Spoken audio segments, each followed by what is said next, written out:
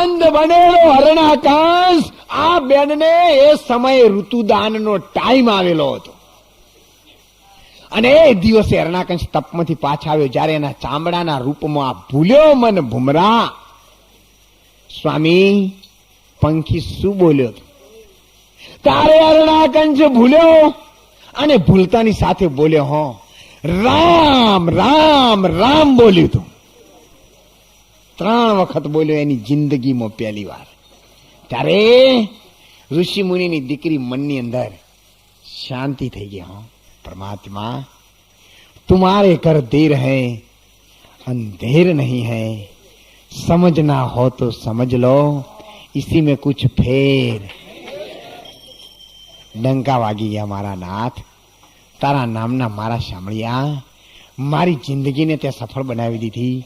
એક રાક્ષસ દુષ્ટ દુર્જન જેના મોઢે 1 વખત નહીં પણ 3 વખત નામ લેવરાવનાર પરમાત્મા, એ પણ તું જ છે મારા નાથ. તારી દીકરીની વારે આવજે, હું આ દુષ્ટને સજ્જન બનાવી શકું, એની પેઢીને ઉજ્જવળ બનાવી શકું. આજે કેટલીય ઉંમર પછી આજ મારું સપનું છે સાકાર બન્યું છે, જેના માટે મેં એની સાથે લગ્ન કર્યું હતું. અને મંગળ ફેરામાં મેં મારા મનમાં દૃઢ સંકલ્પ કર્યો હતો કે ભગવાન, આજ હું મંગળ ફેરા દુષ્ટની સાથે ફરું છું, પણ પરમાત્મા જે તે મને કંકુનો ચોલ્લો કરાવ્યો છે ને, એ જ આ દુર્જનની પાસે તારું નામ લેવરાવીશ. ત્યારે જ મારા હૃદયમાં અંતરની સાચી શાંતિનો આનંદ થશે. આજે એ આનંદ મને મળ્યો છે. અને જ્યારે આ પૌર અંધ બન્યો ત્યારે ઋતુદાનનો સમય પૂર્ણ થતા થતા 108 વાર બોલાયું. અને એની સાથે આ રામ નામનો મંત્ર બીજની સાથે ઉતરી ગયો. એટલે સંતોએ કહ્યું છે કે અમર નગરથી બુંદ ખરે. અમર એટલે પરમાત્માના નામના સુમરણની સાથે, દેવી દેવતાઓના દર્શનની સાથે જો કદાચ બુંદ નીચે ઉતરે તો લાખ ઉપાય થાય, પણ એ બાળક સત્વ ગુણ વાળું થાય અને થાય જ. અને એ 6 લેખ છે, 6 દાડાના નહીં. અને એટલે સંતોએ કહ્યું છે ટૂંકમાં, જેદી જામો જામ્યો તેદી માપ્યો માપ. લખણ હારો એ દી લખાઈ ગયો હતો, હાણ વરત અને એ દિવસ બધું કમ્પ્લીટ થઈ જાય, ફેર લખવા પણ રહેતું નથી. ના તો વસ્તી પરણે વળજી છે 100 દાડાના. તો સમજ્યા વગરનું પૂંછડું ઝારીનું અબળ અબળ કરે છે.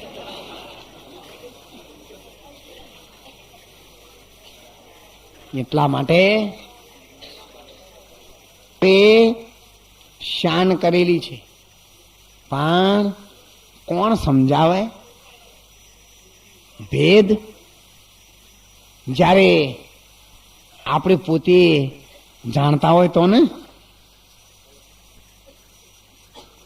એ બીજ ઉતરી પડ્યું. એ વખત હરણાકંસના મનમાં એક જ તાલાવેલી હતી, શું? રામ નામ નથી મેલવું. આ જગતમાં રામ નામ નથી મેલવું, રામ નામ નથી મેલવું, રામ નામ નથી મેલવું, રામ નામ નથી મેલવું. એ જ વખત આ બીજ ઉતરી ગયું. હરણાકંસની ભૂમિકા વેર વાળી હતી અને હંગરવા વાળી ભૂમિકા પ્રેમ વાળી હતી. અને એટલે સંતોએ કહ્યું છે ચાલો સંતો ખેતી કરીએ અને મન વાવો. એ ખેતીમાં તો હીરા પાકે, પણ કોઈ નર લેનારા હોશિયાર. નારી રતનની ખાણ છે, નહીતર પછી ભોગવો તો એ જ નરકની.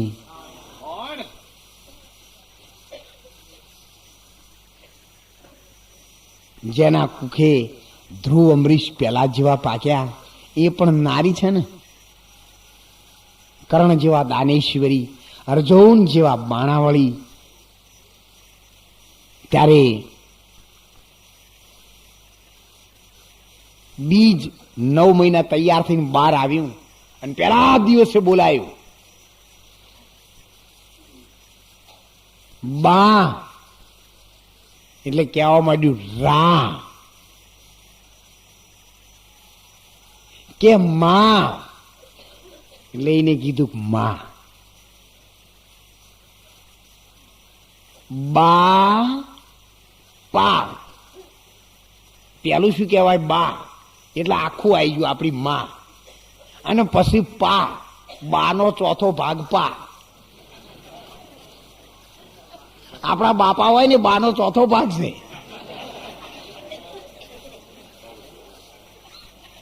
તમે બાપાનો અર્થ કદી નહીં સમજ્યા હોય. બા તો આખો રૂપિયો છે અને એનો ચોથો ભાગ પા. સમજી ગયા? એ તો 9 મહિના સુધી સંગરનાર એ છે, એનું ચોબડું ચુસાડનાર એ છે, એને સંસ્કારો આપનાર એ છે. એ ભેનામાં સુઈ રહી અને કોરામાં સુવાડનાર એ છે. વિચારો, ગણો સરવાળો. કોણ કેટલી સેવા કરે છે તે. પછી બાનો ચોથો ભાગ જ પા આવે ને. એટલા માટે સંતોએ કહ્યું છે, જનનીની જોડ સખી નહીં જડે, ગંગાના નીર વધે ઘટે, પણ મારી માતાનો એક સરખો છે પ્રવાહ. એ જનનીની જોડ સખી નહીં જડે. એટલે કીધું છે કે માએ માં અને બીજા બધા વગડાના બાપ શેઠાનો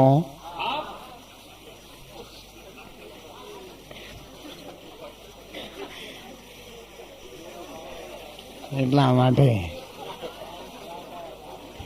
વાનો ચોથો ભાગ બહુ ઊંડા ઉતરવાની જરૂર નહીં, પરંતુ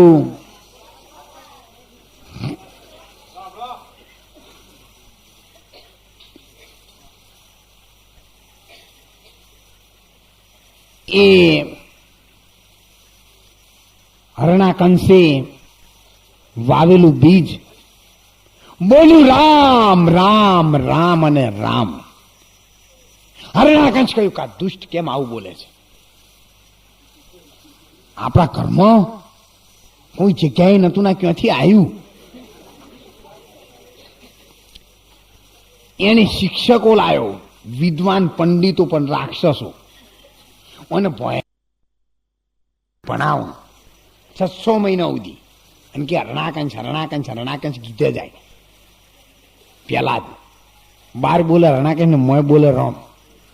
અને માસ્તર પછી રાજી થઈ જાવ કે હા હવે પાકું થયું છે. પણ હરણાકંશ ને બોલા બાપુ ભણાવીને તૈયાર કર્યો છે, મારું નામ લેશ ક્યાં? તો મને પરીક્ષા લેવા દે. પરીક્ષા લેવા આવો. હરણાકંશ બોલ, પેલા જ આ જગતમાં મહાનમાં મહાન કોણ? કે રામ. એટલે પેલા 100 મહિનો ભણાય, પેલા વિદ્વાનો મારી નાખે નાખે છે, ત્યાંથી ભણાય જ નહીં. વિદ્વાનો થાક્યા, આ શિલાદાર બીજું બોલે છે, પણ આ મનમાં આર્યો જ આવું જોઈએ, નહીં તરા આવ જ નહીં. કારણ કે ગુજરાતી માણસ હતો અને એટલો હોશિયાર ને કે ગમે તો જાય ને તો એવી ભાષા બોલે, પકડાય નહીં કદીએ. અને જો જાય તો એવી ચોરીઓ ને એવું કરે, પકડાય નહીં.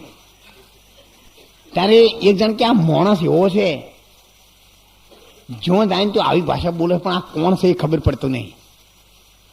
ત્યારે કોઈ સંત જેવું મળી ગયું, નથી ઓળખાતો કે ના અમે કેટલાય વર્ષથી ભેગા રહીએ છીએ. બોલશો ને તાણ હુઈ જાય એટલે મને કહો. પેલો ભાઈ એક દાડો હુઈ ગયો હતો, શિયાળાની સિઝન હતી, કહેતા હતા એક ડોલ ભાઈને ઢાઢું પાણી રેડ્યું પે. પેલો ઘાટ હુઈ ગયેલો હતો હો. અને મુંબઈ જાય મરાઠી ભાષા બોલે, અને મરાઠી ભાષા બોલતો લઈને ઢાઢું પાણી રેડ્યું. હાચુબાનો જાજો કહો, ઓ બાપ રે કને રેડ્યું? કે ગુજરાતી છે. ગમે એવું પણ આવી ગયું. એટલે ભલે બાળક તમારા ગુજરાતમાં જન્મે, મહારાષ્ટ્રમાં જન્મે, અમેરિકામાં જન્મે, પાકિસ્તાનમાં જન્મે કે યુરોપમાં જન્મે, પણ પેલા 3 અક્ષર આવી જ જાય. આ અને વા.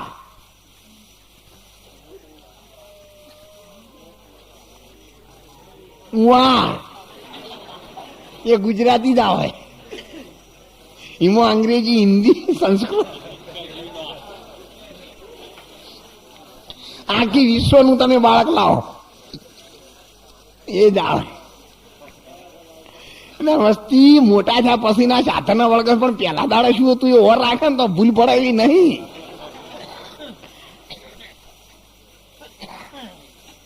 આ બધાની તમને ખબર છે પણ કોઈના મૂળમાં નથી જતા. આપણી ડાળોમાં બહુ વડ મોટો હો પણ સમય થાય એ જુઓ કે તમે વડને આ બાદ ભીડાઈ ઉખડે પણ એનું બીજ લઈને હેડો તો આખો વડ મહિના આવે.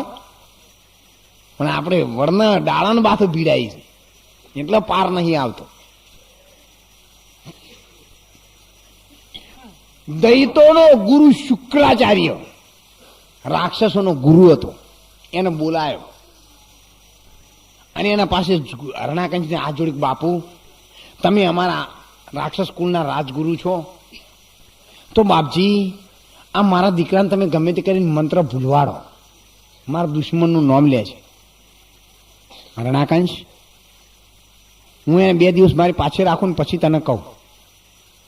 2 દિવસ પાસે રાખ્યો એટલે મને નક્કી થઈ ગયું.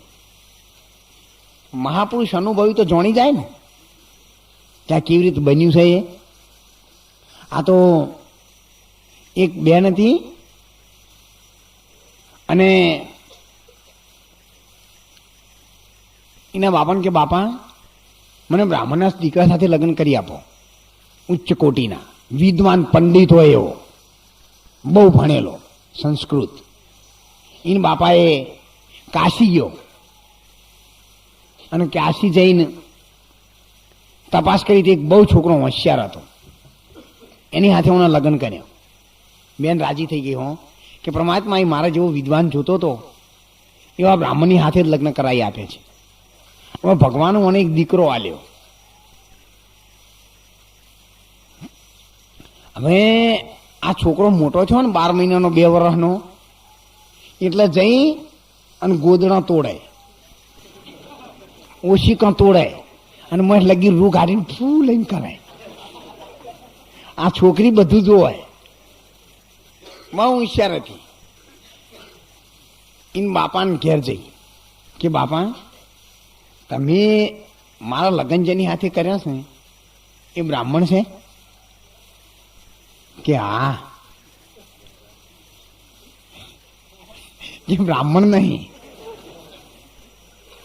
ભલે તમે કાશી નહીં પાઠશાળામાં ને બ્રાહ્મણ કરીને લાયા હોય પણ તમે એનું મૂળ જોઈ આવો, મને વેમ છે. હું એની પાસે કે ધાર્મિક ચોપડી શ્લોક ને બધું લાવું છું પણ એ નહીં અડતો. માળા લાવું છું, તિલક કરવાનું લાવું છું, આરતી ઉતારવાનું બેલ લાવું છું, ફોટા લાવું છું, બધું નાહી દે. પણ એના પાસે બીજું લક્ષણ છે, તમે તપાસ કરી આવો અને હું તમને લખીને ચીઠી આલું છું, તમે અત્યારે ખોલશો નહીં અને પછી વાંચજો એ કે. એટલે બેનની ચીઠી લખીને આવીને બાપા ગજવા મૂકીને છે. જઈને તપાસ કરી પાઠશાળામાં, ભાઈ અમારી દીકરી જે છોકરાની સાથે મેં લગ્ન કરી આપ્યા એ કયા બ્રાહ્મણનો દીકરો છે, કયા ગામનો છે, એ મને એનું સરનામું આપો. એટલે પાઠશાળામાંથી સરનામું આપી દીધું, ભાઈ આ છોકરો અહીંયાથી આવેલો હતો, ત્યાં તમે જાઓ. આ બેનના બાપા ત્યાં ગયા, ત્યાં જઈને ગામમાં તપાસ કરી એટલે કે હા અમારા ગામમાંથી એક છોકરો ભણવા ગયો હતો કાશીમાં. કનો? એટલે કે અમારા ગામમાં પેલા ગોદરા ભરે ને પ્યાદારાનો.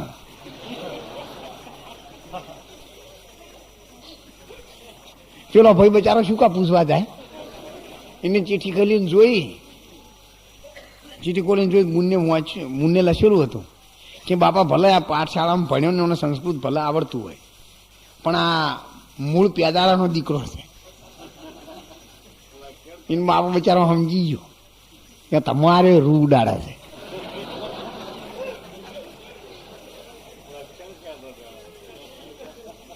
ત્યારે